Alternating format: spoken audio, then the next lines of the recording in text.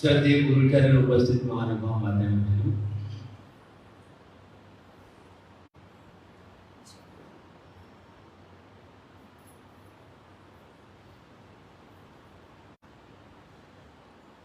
दुनिया में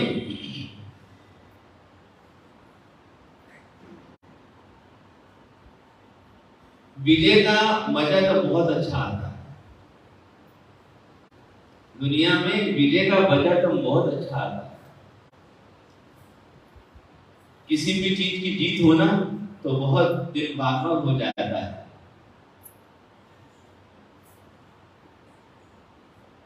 लेकिन दुनिया में कोई तो शस्त्र से जीतता है। दुनिया में कोई तो शस्त्र से जीतता है और बहुत से ऐसे इंसान भी हैं जो शस्त्र से नहीं शास्त्र से जीतते हैं। शस्त्र में तो एक दूसरे को मारा जाता है, एक दूसरे को समाप्त कर दिया जाता है, एक दूसरे की हिंसा की जाती है। लेकिन जहां शास्त्र होता है वहां वाद विवाद होता है, तर्क वितर्क होता है। तो कोई लोग शस्त्र से जीतते हैं और कोई लोग शास्त्र से जीतते हैं। राजा महाराजाओं के दरबार में शस्त्र भी चले करते थे तो शास्त्र भी चले करते थे,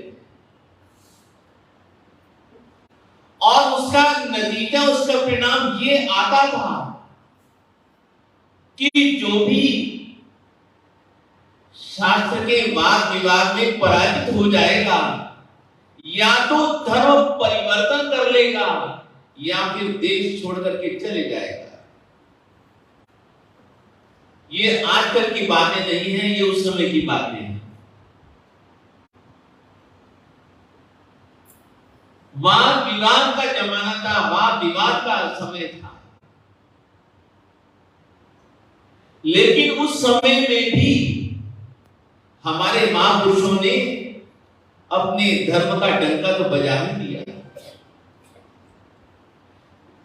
जैन धर्म की प्रभावना तो उन्होंने कर ही दी। कितने प्रभावशाली वह महापुरुष रहे होंगे।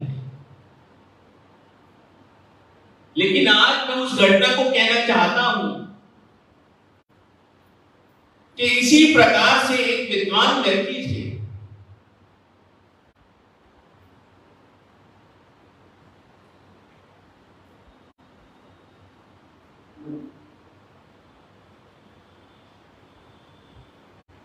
इसी प्रकार से एक विद्वान व्यक्ति थे, जैसे आपने सुना होगा गौतम स्वामी जी।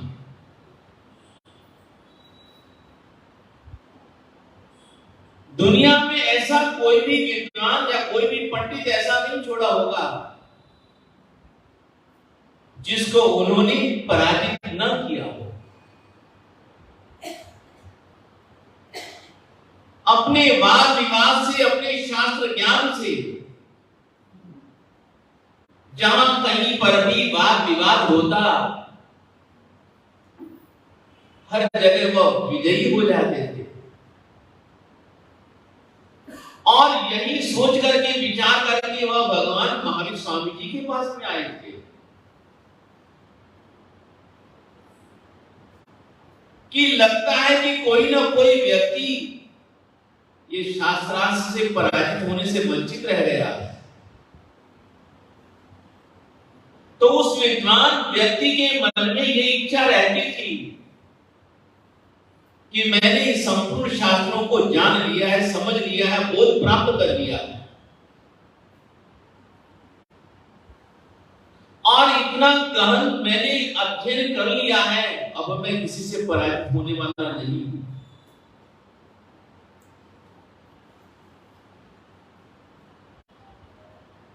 लेकिन कई बार ऐसा होता है, जिसको श्री मंगलाचार्य जी बड़े बड़े पंडित भी हरा सकते हैं ना, सिर्फ बदल में उसको मूर्ख लोग हरा देते हैं।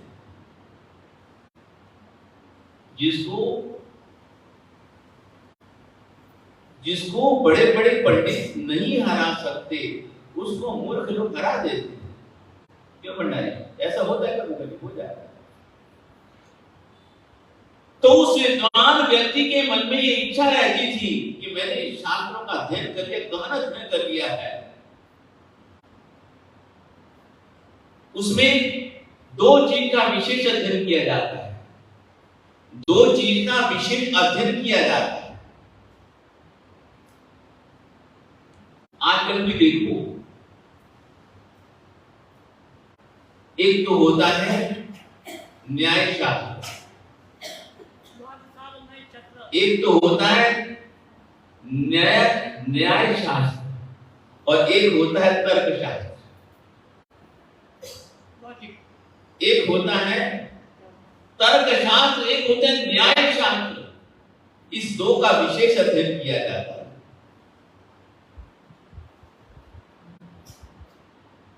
इसलिए वह सोचे हैं मन में, मैंने इस सब शास्त्रों में निपुणता हासिल कर ली है, अब मुझे कोई भी पराजित नहीं कर सकता।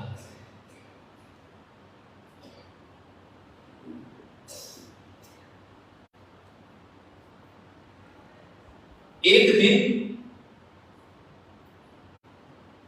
अजीब घटना हो गई।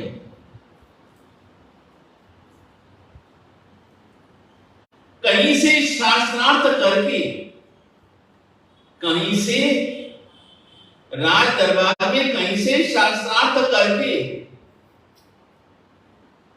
वह अकेले ही घर की तरफ आ रहे थे।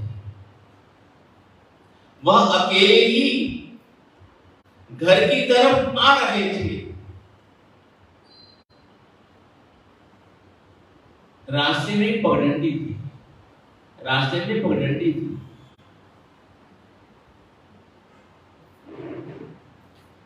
किसी चोर उचक्के ने देख लिया, किसी लुटेरे व्यक्ति ने उनको देख लिया।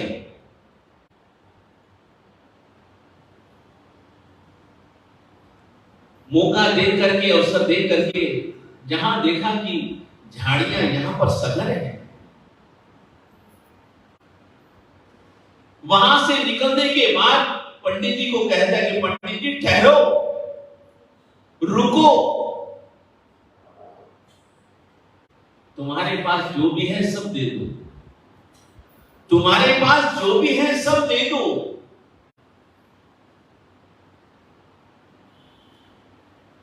पंडित जी ने मना किया कि नहीं, मेरे पास तो कुछ भी नहीं है। उसने कहा कि महाराज, तुम्हारे पास जो भी है सब कुछ रख दो, नहीं तो हम आपसे छीना झपटी करेंगे, आपको मारेंगे, आपको पीटेंगे। चुपचाप आपके पास में जो भी है आप हमको दे दो। जो भी उनके पास में था उन्होंने एक बार तो दे दिया। उन्होंने जो भी उनके पास में था उन्होंने दे दिया, लेकिन बगल में अपने पुस्तकों की पोथी ग्रंथ दबा करके रखे हुए थे। उन्होंने कहा कि ये तो मैं नहीं दूंगा। पंडित जी ने कहा कि ये तो मैं आपको नहीं दूंगा। उसने कहा क्यों नहीं दोगे? ये हमसे लेकर के ही रहेंगे हम लोग आप लोगों से, हम इसको छोड़ेंगे नहीं। जैसे ही उन लोगों ने पंडित जी से छीना झपटी करी, उनको तो क्या मतलब था इन ग्रंथों से, पुस्तकों से। उन्होंने तो सोचा होगा कि शायद इसमें कोई संपत्ति होगी। उसने कहा नहीं, ये मैं नहीं दूंगा। उसने कहा क्यों नहीं दोगे, इसमें है क्या आखिर? उसने कहा कि इसमें धर्म ग्रंथ है। पंडित जी ने कहा कि ये मेरे पास में ये धर्म ग्रंथ है। उसने कहा अरे भले आदमी, धर्म भी कहीं ग्रंथों में रहता है।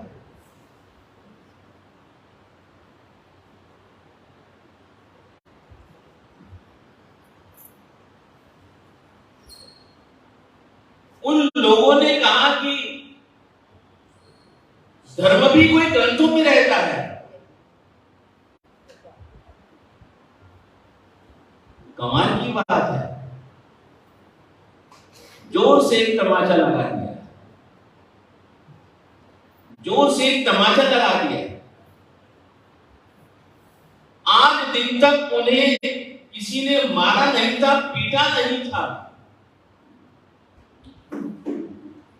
लेकिन जब उसने एक जोरदार तमाचा लगा दिया, उसने कहा हमको बुद्धू बनाता है। धर्म कहीं ग्रंथों में रहता है, धर्म तो जीवन में रहता है। धर्म ग्रंथों में नहीं रहता है, धर्म कहां रहता है? धर्म जीवन में रहता है। ग्रंथों में तो केवल बातें रहती हैं, लेकिन धर्म कहां रहता है? धर्म जीवन में रहता है।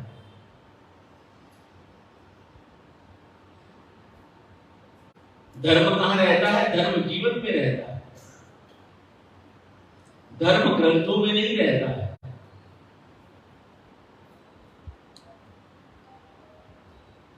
इसलिए सब चीजें जब उन्होंने छीन ली, वो पंडित जी को भी समझ में आ गया कि ये व्यक्ति सही है।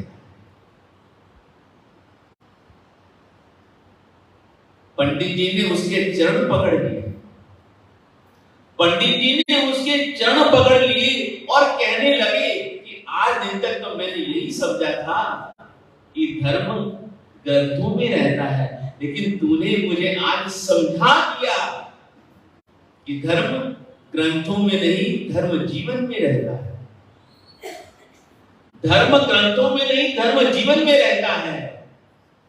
ग्रंथों में तो केवल उसकी सत्प्रेरणा मिल सकती है, मार्गदर्शन मिल सकता है, लेकिन चलना तो इंसान को ही पड़ता है। यह बात मैंने इसलिए निवेदन करी, ये बात मैंने इसलिए निवेदन करी कि बहुत दिनों से हम लोग, आप पढ़ाते हो, हम लोग चले आते हैं, लेकिन हम लोग धर्म बिंदु के बारे में ही चर्चा करते हैं। जो बातें हमारे जीवन से जुड़ी हुई है, जो बातें हमारे धर्म से जुड़ी हुई है। एक धर्म तो वह होता है जो आप मंदिर में जाते हैं, वह भी धर्म है। परमात्मा का दर्शन करते हैं, वह भी धर्म है। समाई करते हैं, माला जाप करते हैं, साधु संतों के पास में पधारते, वह भी धर्म है। लेकिन एक जगह मैंने पढ़ा था, अब आप इस बात का अपने जीवन में तुलना कीजिए। जब हम मंदिर जी में होते हैं, समाई करते हैं, तब हमारी भावना, तब हमारा जीवन कैसा होता है। और जब हम मंदिर से बाहर आते हैं, उसके बाद में हमारा जीवन कैसा होता है। जब हम मंदिर में जाते हैं, उस समय हमारा जीवन कैसा होता है। श्री जगदीश जी कितनी सुंदर बात कही। जब हम मंदिर जी में जाते हैं, तब हमारा जीवन कैसा होता है, और जब हम मंदिर से बाहर आते हैं, तब हमारा जीवन कैसा होता है।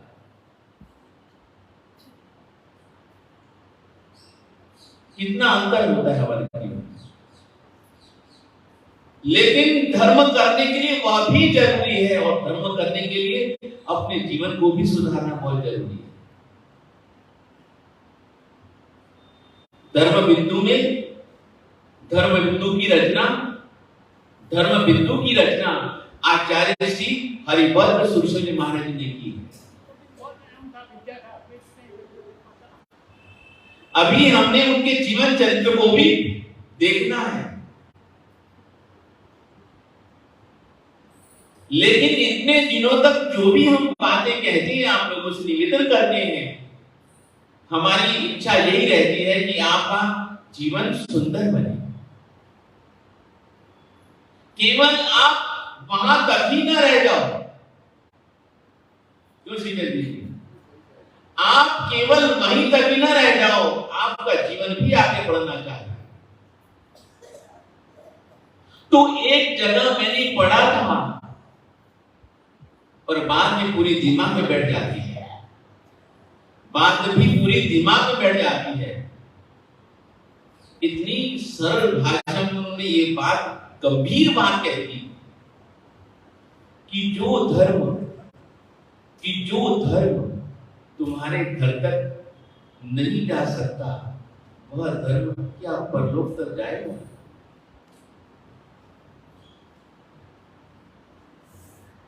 इतनी गहरी बात है। जो धर्म, पहले जो मैंने आपसे निवेदन किया, कितना अंतर है। मुझे कल ही कह रहे थे कि महाराज जी, अब लोग सोचते हैं कि क्या हो रहा है, क्या बोल रहे हैं महाराज। मैंने कहा मैं तो वही बोल रहा हूं, क्योंकि मुझे भी ये बातें अच्छी लगती हैं। मेरे भी दिमाग में ये बातें जल्दी से समा जाती हैं। जो मुझे प्रिय लगती है वही लोगों को भी प्रिय लगती हो। इसलिए उसने कहा कि जो धर्म आप करके आए हो, कम से कम उसका कुछ परिणाम तो नजर आना चाहिए जीवन में।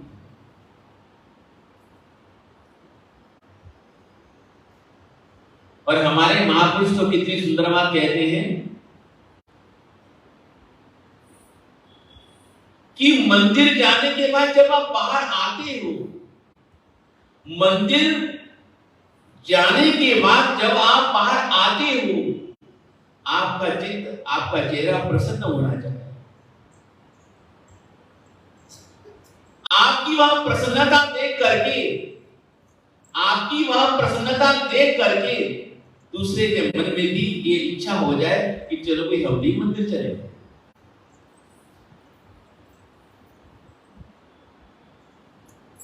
इतनी सुंदर सुंदर बातें हम लोग रोज करते रहते हैं कि मंदिर जाने के बाद हमारा मन इतना प्रसन्न होना चाहिए, हमारे चेहरे के ऊपर इतनी प्रसन्नता होनी चाहिए कि जो भी हमें देखे उसके मन में भी इच्छा हो जाए कि लगता है कि शायद ये मंदिर जी से ही आया होगा, शायद ये मंदिर जी से ही आया होगा। कितना प्रसन्न है।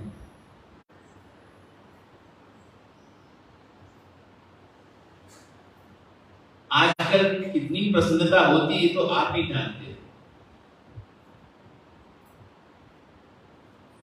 कई बार मन में महापुरुष बड़ी सुंदर सुंदर बात कहते हैं और आज मुझे ये बात अच्छी लगती है। मंदिर में जाओ तो श्री पदम के जूते चप्पल पहन के मत जाओ, नहीं तो ध्यान उधर लगा रहता है।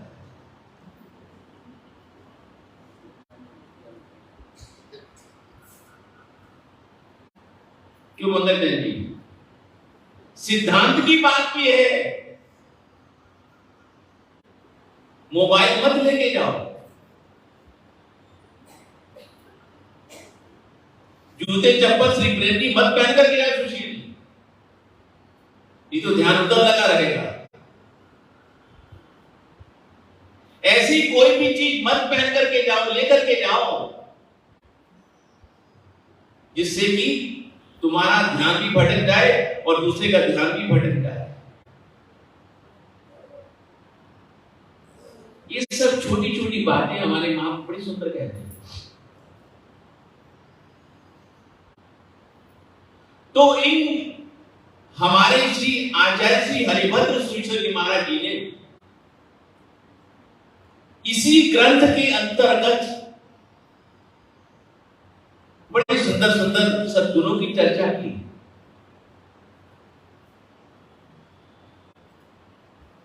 जैसे सबसे सुंदर चर्चा करते हैं गंभीरता।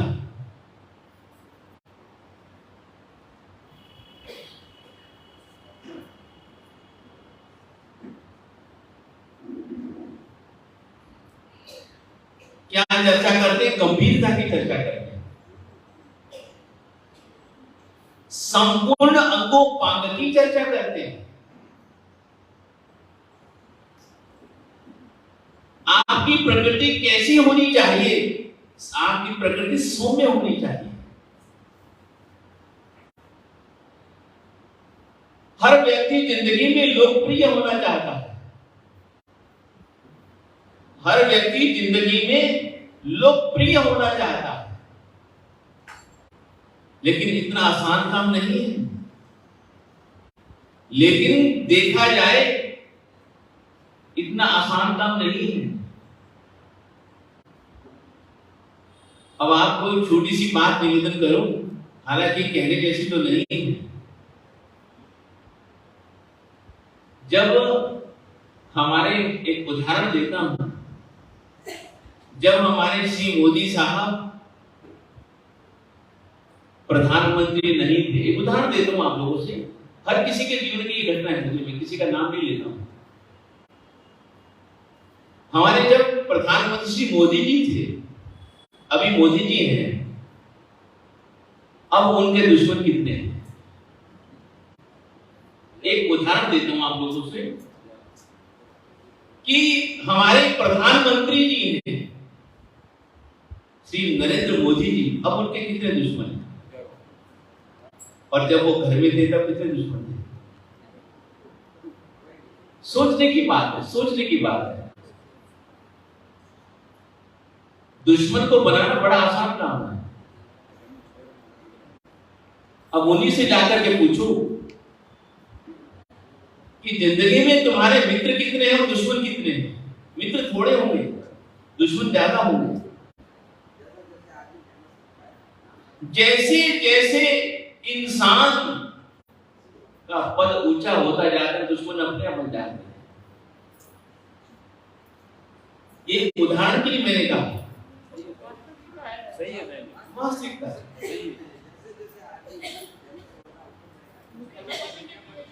हमारे भी यही हाल है, ऐसा ना सोचना, मेरा भी यही हाल है। ये जीवन का सत्य है।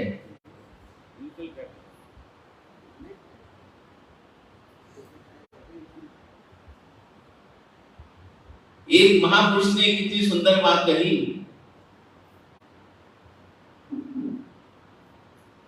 एक महापुरुष ने कितनी सुंदर बात कही कि दुनिया में इतने देवी देवता हैं, दुनिया में इतने देवी देवता हैं, इतने ही भक्त जन हैं। दुनिया में इतने देवी देवता हैं और इतने ही भक्त जन हैं, सारे भगवान महावीर स्वामी जी के अनुयायी नहीं, सारे भगवान बुद्ध के अनुयायी नहीं, सारे भगवान कृष्ण जी के अनुयायी नहीं, सारे भगवान शिव जी के अनुयायी नहीं, सारे भगवान हनुमान जी के अनुयायी नहीं, सारे भगवान मोहम्मद पीर के कोई अनुयायी नहीं है।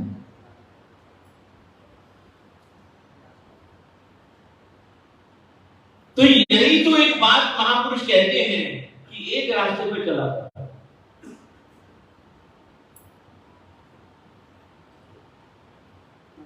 एक रास्ते पर चला करो तो आपको मंजिल मिल जाएगी। एक रास्ते पर चला करो तो तुम्हें मंजिल मिल जाएगी। यदि रास्ते तुमने बदल लिए तो कभी मंजिल नहीं मिलेगी। ये जिंदगी की छोटी छोटी बातें हैं।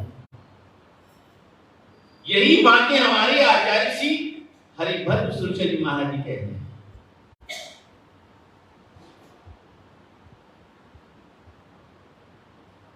तो ये छोटी छोटी चर्चाएं बड़ी ही महत्वपूर्ण है। फिर सरलता की चर्चा करते हैं, सरलता की चर्चा करते हैं।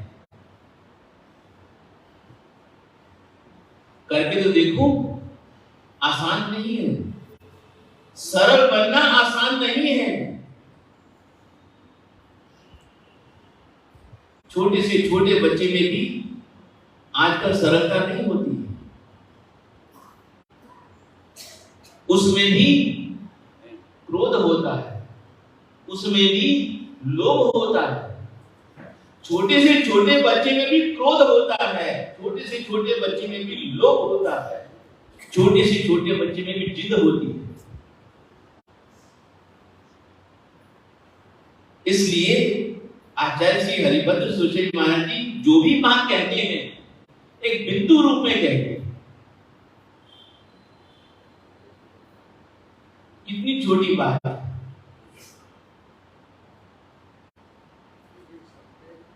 छोटा बच्चा जब खिलौनों से खेल रहा होता है, कोई छूके तो देखो फटाफट रोने लगता है। रोने का मतलब विरोध कर रहा है, रोने का मतलब विरोध कर रहा है कि मेरा खिलौना क्यों उठाया, गुस्सा करता है। यदि तुम अपने बच्चे की बात घर में नहीं मानोगे तो सड़क पर जाकर के तुमको माननी पड़ेगी। ऐसी ऐसी बातें आपके जीवन में घटित होती हैं। अब इन बातों की तो क्या चर्चा करें, लेकिन फिर भी इतना ही कहूंगा कि दूसरों की तरफ मत देखो, अपनी तरफ देखो। हमें जो अच्छा लगता है हमें वही करना है। दुनिया को जो अच्छा लगता है वह नहीं करना है, हमें जो अच्छा लगता है वह करना है। ऐसी ऐसी बातें हम लोग आचार्य श्री हरिभद्र सुरेश्वर महाराज जी की पुस्तकों में पढ़ते हैं। लेकिन सबसे बड़ी बात ये होती है कि जब तक आचार्य श्री हरिभद्र सुरेश्वर जी महाराज जी ने जैन धर्म के ग्रंथों को पढ़ा नहीं था, जो मगज में, जब तक आचार्य श्री हरिभद्र सुरेश्वर जी महाराज जी ने जैन धर्म ग्रंथों को पढ़ा नहीं था, तब तक वे नास्तिक थे। नास्तिक नहीं कहूंगा मैं। और जब उन्हें इस धर्म के बारे में, धर्म ग्रंथों के बारे में पता लगा, उनका जीवन बदल गया। बहुत सी बातें इतनी सुंदर सुंदर लिखी हैं।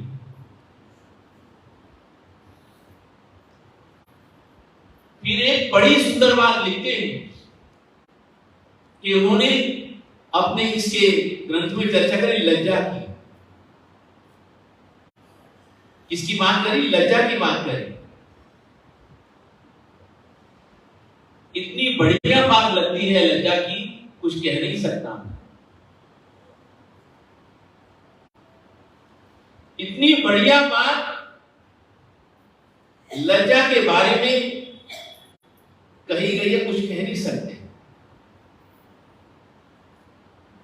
आपने मालूम नहीं शायद अनुभव किया होगा या नहीं किया होगा।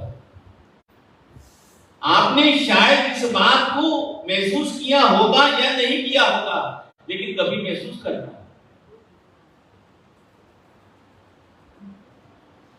आपने इस बात को कभी महसूस किया हो या ना किया हो, महसूस करना।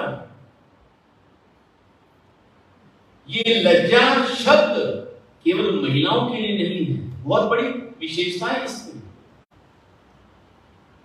लज्जा शब्द केवल महिलाओं के लिए नहीं है, इसमें बहुत बड़ा रहस्य रखा हुआ है।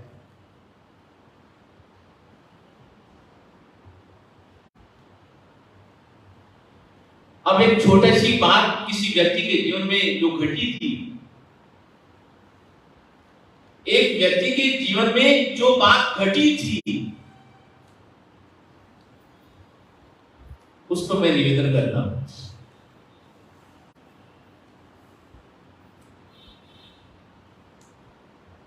कि उसने कहा कि महाराज जी, मेरा बेटा बुरी संगत में आकर के श्री मंगलचंद जी सिगरेट पीना सीख गया। देखो, एक सोचने की बात है, मैं आप लोगों के लिए लज्जा जो शब्द है ये महिलाओं के लिए नहीं, हमारे लिए भी है। मेरा बेटा मेरे से छुप करके बीड़ी सिगरेट पीना सीख गया। अब एक दिन उस व्यक्ति ने कहा, एक दिन कहीं पर खड़ा होकर के वह श्री गुरुमल जी बीड़ी सिगरेट पी रहा था।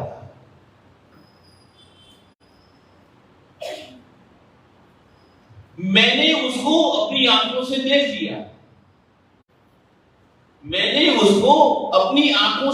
लिया, उसने भी मुझे देख लिया, मैंने उसको देख लिया, उसने मुझे देख लिया। लेकिन उसने क्या किया, जो बीड़ी थी या सिगरेट उसके हाथ में थी, उसको या तो छुपा लिया या फिर फेंक दिया। या तो उसने उसको फेंक दिया या उसने छुपा लिया। इसके पीछे आप क्या समझोगे? लज्जा। उस व्यक्ति इतना सूझबूझ का धनी था, जिस बच्चे के जीवन में इस चीज को लेकर के लज्जा है, वह एक न एक दिन जरूर सुधर जाएगा।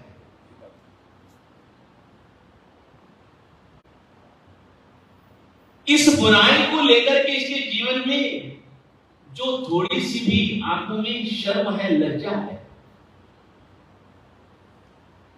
लज्जा का स्थान कहां होता है? आंखों में होता है। ऐसा हो गया, ध्यान रखिएगा।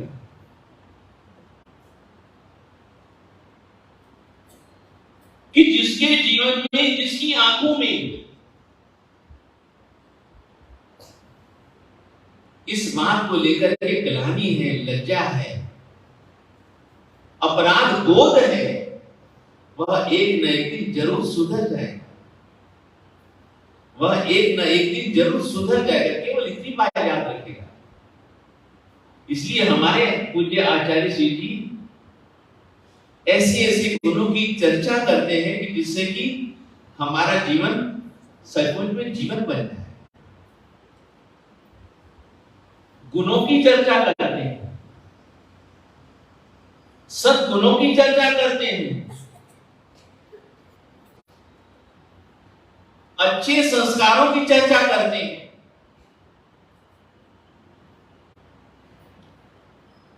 फिर इसके बाद कई चर्चाएं जो हमारे पूज्याचार्य जी कहते हैं, निवेदन करते हैं, वह क्या है?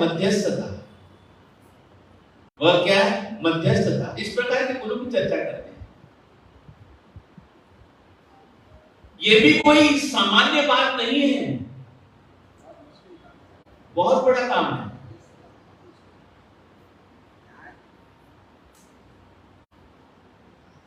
ऐसे गुणों की चर्चा करते हैं हमारे पूज्याचार्य जी। मध्यस्थता करना बड़ी टेढ़ी बात होती है।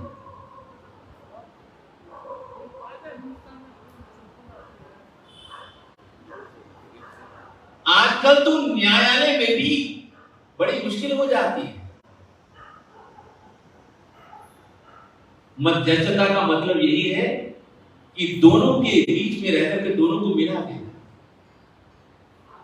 दोनों के बीच में रह करके दोनों को मिला देना। ये नहीं कि दोनों को और अलग कर दो।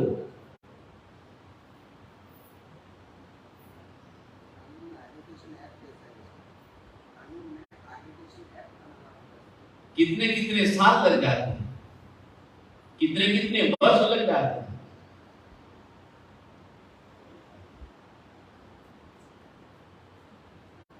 लोगों की उम्र खत्म हो जाती है,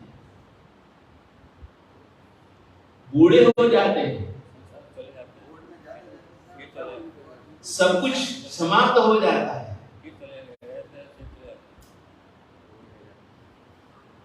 फिर भी लोग उठ कचहरी में चले जाते हैं, फिर भी लोग कोर्ट कचहरी में चले जाते हैं।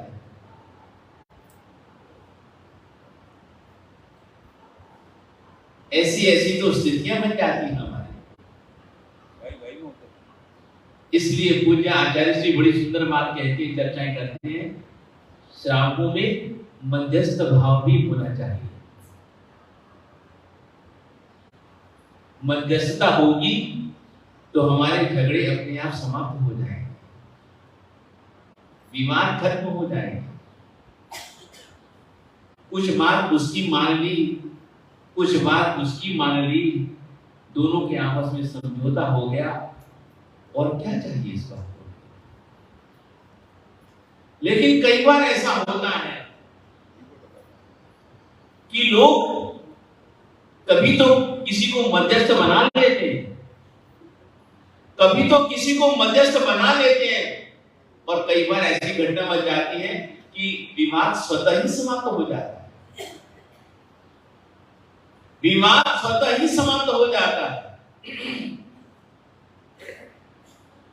कहीं एक छोटी सी घटना समाचार पत्रों में पढ़ने में आई थी।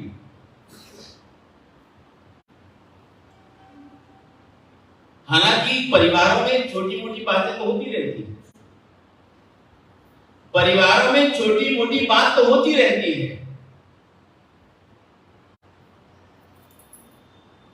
लेकिन एक दिन ऐसी घटना बन गई परिवार में कि चरम सीमा तक पहुंच गया विवाद, विवाद चरम सीमा तक पहुंच गया। इतना विवाद बढ़ गया, पत्नी ने कहा कि अब मैं इस घर में नहीं रहूंगी, अब मैं इस घर से चली जाऊंगी, दोबारा इस घर में लौट करके नहीं आऊंगी। बड़ी मजेदार की बात है, क्योंकि पत्नी ही जा सकती है, क्योंकि वो बाहर से आई हुई है। क्यों मंगल, क्यों गणेश, पति तो नहीं जा सकता। तो जम करके आपस में विवाद इतना बढ़ गया, इतना बढ़ गया, इतना बढ़ गया, पत्नी ने कह दिया कि अब मैं लौट करके इस घर से नहीं आऊंगी। सामान बांध दिया, चलने की तैयारी पति सोच रहे हैं, लेकिन जाते जाते पति ने कहा कि जा तो रही हो, लेकिन किराए का पैसा है तुम्हारे पास?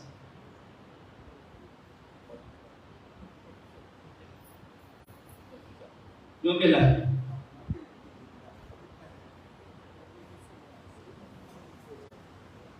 कितनी बड़ी बात हो गई कि जा तो रही हो, लेकिन किराए का पैसा है, कम से कम वो तो लेती जाओ।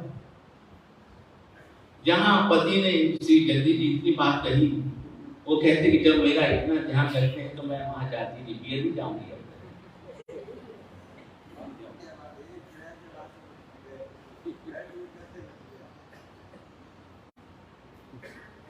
ये कभी कभी फार्मूला अपना किया करो।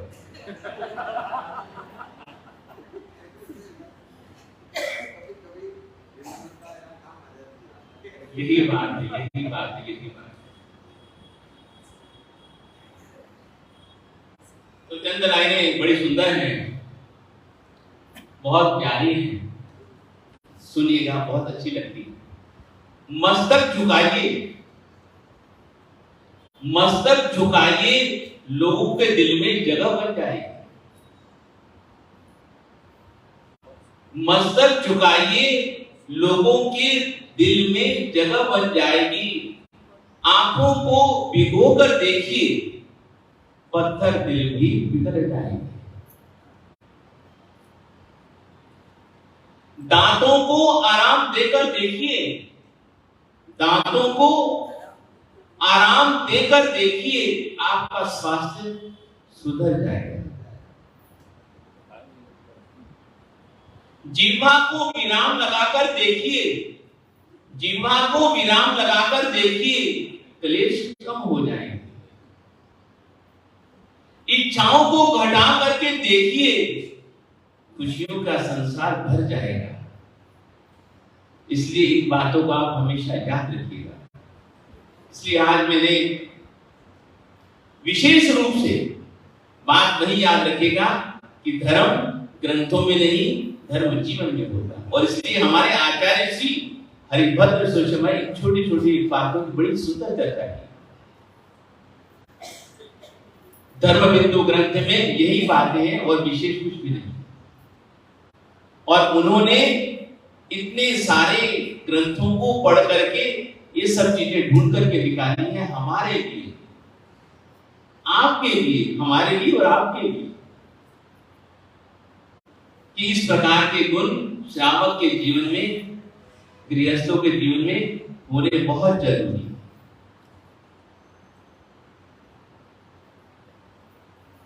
इसलिए थोड़ी सी मैंने आज चर्चा करी है। श्री जगदीश जी ठीक है ना? इसलिए ज्यादा मत सोचिएगा, आनंद से रखिएगा।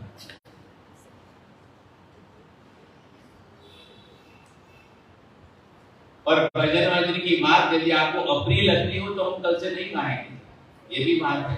ये हमारा अपना शौक है, ये हमारा शौक है। और सीधी सी बात कहूं, लोग मुझे प्रवचन से नहीं जानते, भजन से जानते हैं।